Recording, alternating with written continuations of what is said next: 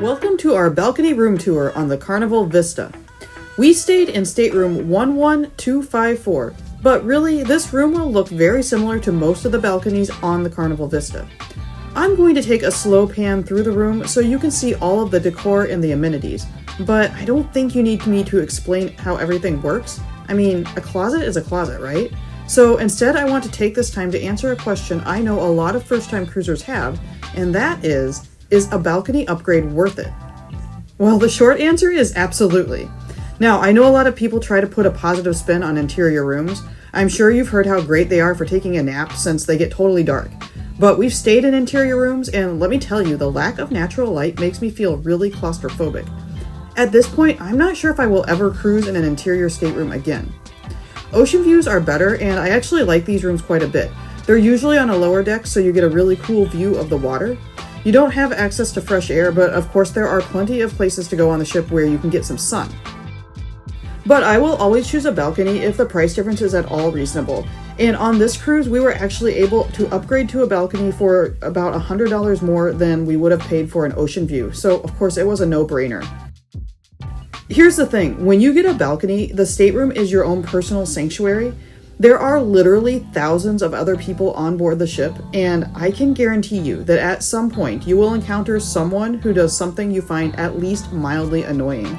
If you have a balcony room, you will always have somewhere to enjoy the ocean air without being bothered by other people. And to me, that is worth quite a bit of money.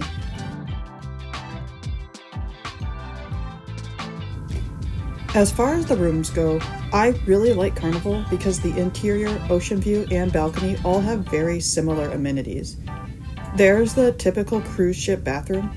It is small, but it does have all the basics, and I really like this layout because it gives a bit more room to maneuver. Carnival does provide shower gel and shampoo, but they're pretty low quality in my opinion, so I usually bring my own. The Vista bathrooms have shower curtains rather than a door.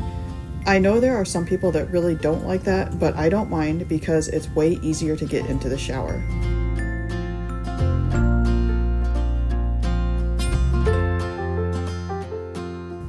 One thing I really like about Carnival is that almost all of their staterooms come with a couch.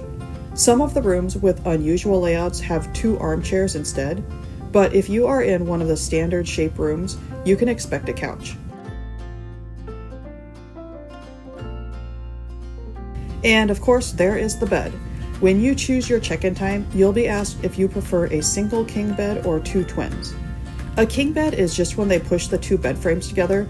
It's not quite as big as a regular king size, but there is a special mattress pad that goes over the 2 beds to make that center seem a little bit less noticeable.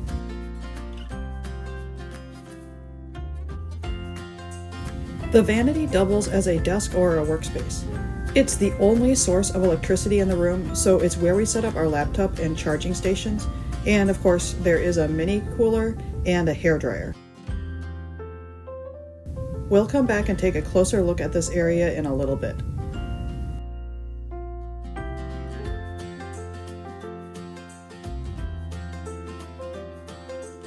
Cruise ship cabins utilize every inch of space. There are all sorts of storage areas tucked into every corner. So take some time to explore your room and see if you can find them all. When we first started cruising, it seemed like a hassle to unpack my whole suitcase, but now I really enjoy taking an hour to set things up on our first day.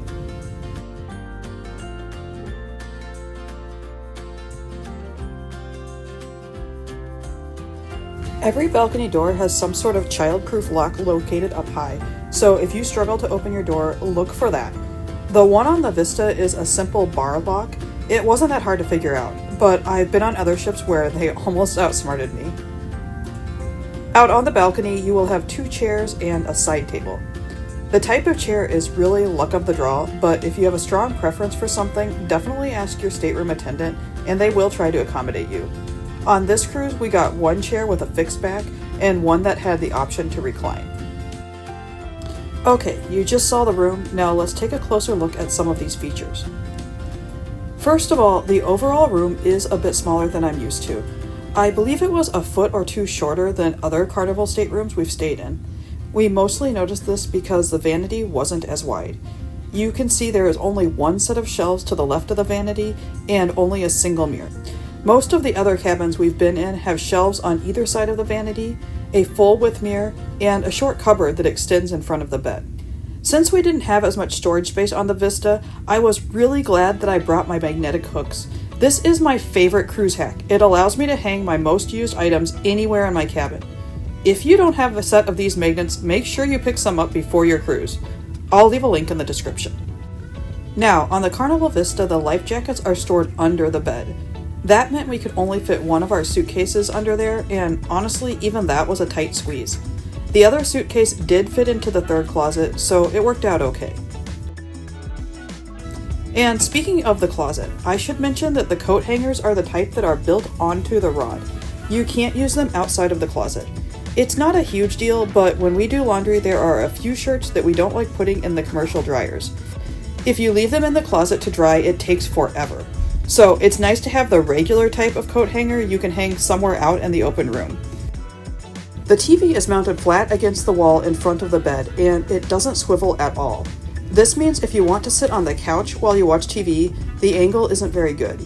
We don't watch much TV when we're on a cruise, so this wasn't a big deal for us, but I could see how it might be a bit annoying.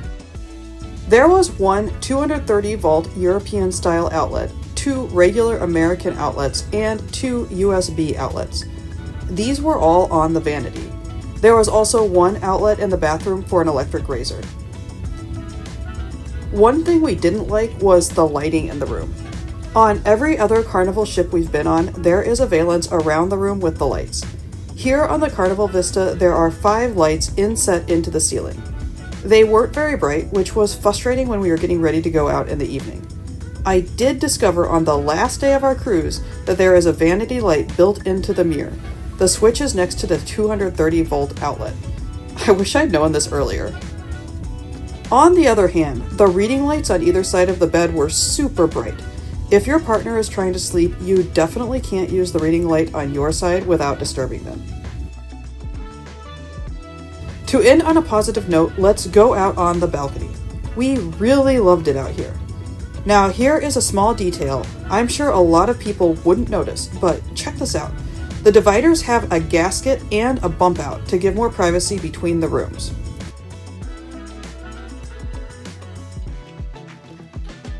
And of course, you really can't beat this view.